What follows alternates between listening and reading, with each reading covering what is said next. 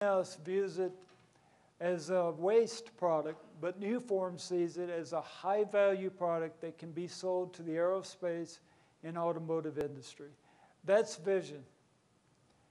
Here's the fourth way to find vision: to buy it.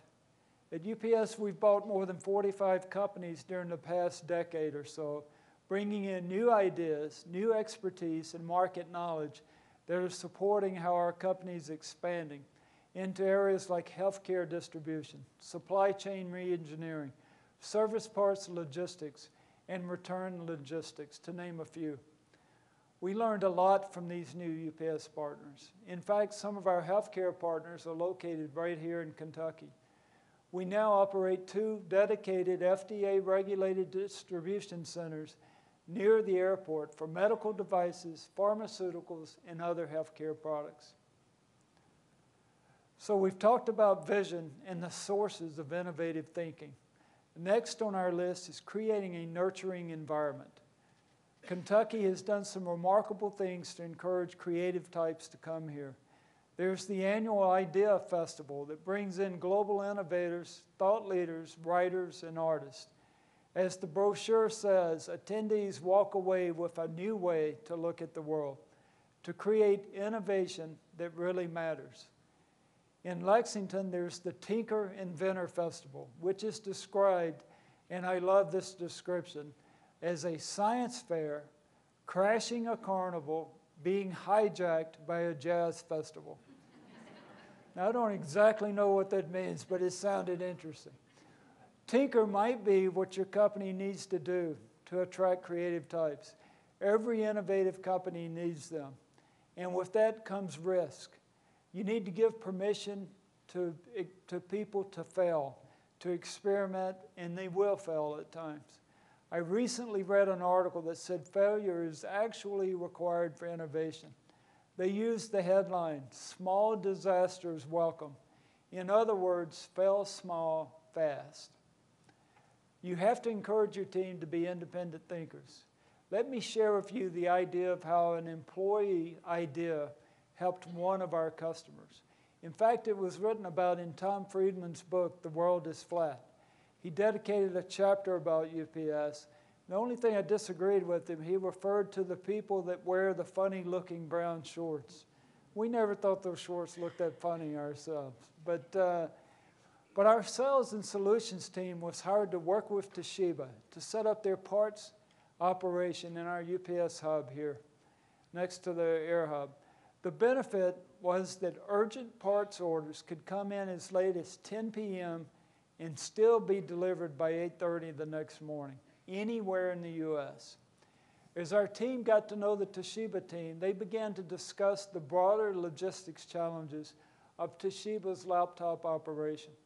One of them was the need to speed up laptop repair that could take 2 weeks or more. The reason? Repair technicians, parts, and laptops were spread across the U.S. Synchronizing the right part to the right laptop and then to the right technician and back to the customer involved dozens of legs of transportation. Our UPS team came up with a radical proposal. What if UPS technicians repaired the laptops right here in Louisville? Laptops from around the country could be shipped to Louisville, where our technicians would repair them with a centralized parts inventory and then return them directly back to the customer. The solution was unheard of in the industry at the time, but Toshiba listened. They realized this change could save them money and could also significantly enhance their customer experience. Now, instead of 2 weeks or more, customers with broken laptops will get them back in as little as 48 hours. In some companies, such an idea would have been dismissed as impossible or too radical to consider. Instead, UPS managers allowed the ideas to be designed and tested. And in the process, it brought UPS a whole new line of business.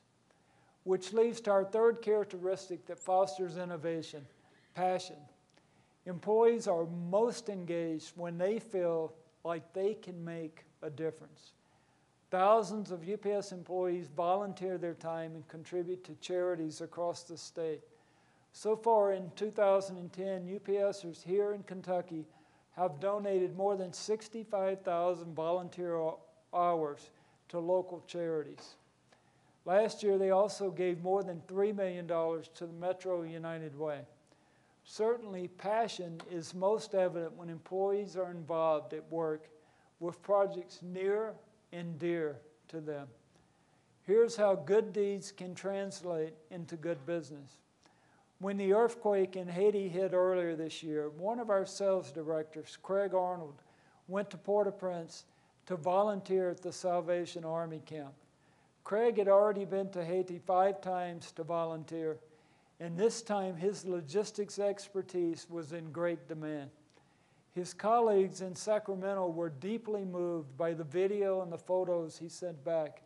Families were living in makeshift tents and that are made from sheets and sticks. Salvation Army workers depended on index cards to keep track of family locations, details about the number of family members, and which supplies they had received. What Craig really wanted was an automated way to keep track of that information. His colleagues thought about UPS Trackpad, which tracks packages from the mailroom through a customer's building. Over the weekend, they adapted the software so that each family member received a scannable card that electronically documented the needed information.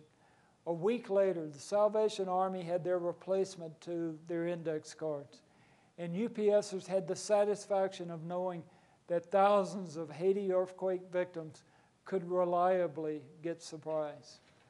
Craig Arnold and his team received a tremendous amount of recognition for their work, but the thing that drove them the most wasn't the story in USA Today. What drove them the most was passion, a drive to make a difference in the world. Craig and his team are a source of inspiration. The same is true for Louisville civic leaders who have devoted more than 20 years to make their vision a reality, for the entrepreneurs who created new industries years ago and who are working here today, and for Kentucky's musicians, writers, and artists, both of today and yesterday, and for your employees. Everyone wants to make a difference. Your job as leaders in your organization is to harness that passion and steer it toward the vision you've set. In conclusion, I hope you see how vision, environment, and passion are really the cornerstones of innovation. Innovation can come from anyone, anytime, anywhere. Thank you.